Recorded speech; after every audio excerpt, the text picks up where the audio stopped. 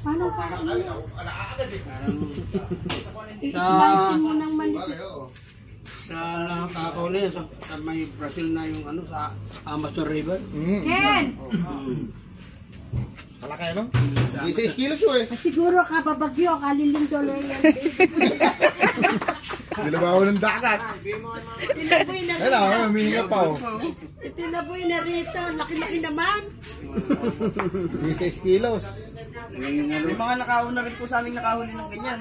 Pera? Opo, yung isa pong pinakamalaki din po. Ano po, 15 kilos naman sabi nila. Ate, hindi pala ako ko! Eh baka nagpuntahan na ako isda. Anak, malaki pa sa'yo yan! Laki ng ulo, no? Lapat. Nakakatakot! Pag ganyan ka lang yung isda, ayaw ko nang kainin.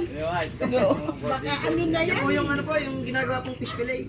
Ayan. Opo, yan po. Ay, oo. Ay, buhay pa! Buhay pa nga. Mahal yan eh. Opo. Opo, yan yung mga tinitinda sa mga mall na mga naka-frozen. Oo, mahal yan. Dory na yan. Ang laki yun. Parang puro laman ano, Timenchi? Yan ang binili. Malaman ano?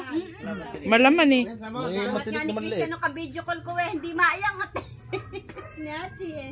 Ay, hindi mo talaga maiangat yan. Malalim, pinagululan. Sobrang laki. Eh, ang tamsilang na Pero rin ang nasa ano na po kasinulid. kami, sa Oo pagpanglam. nga, ba't hindi naputol? Hindi naman po. Nung una pa naputulan din po kami, halos ganyan din po kalaki. Kaya ang ginawa po namin, binalikan po namin. Ano kalaki yung reel mo? Ito po. Ay, yung po ba? Ito po yung rod ko eh. Pahit lang po. Eh, heavy. Heavy naman siguro. Kahit maliit. Maliit eh. Oo, pero hindi pa yan. Yung reel. Yung reel mo daw, anak, yung reel. Ayun. Medyo malaki po yung reel niya, kaano lang. Ito po yung rod. Ito Oo, po. mada. Andito na reel. Kawali ka guys.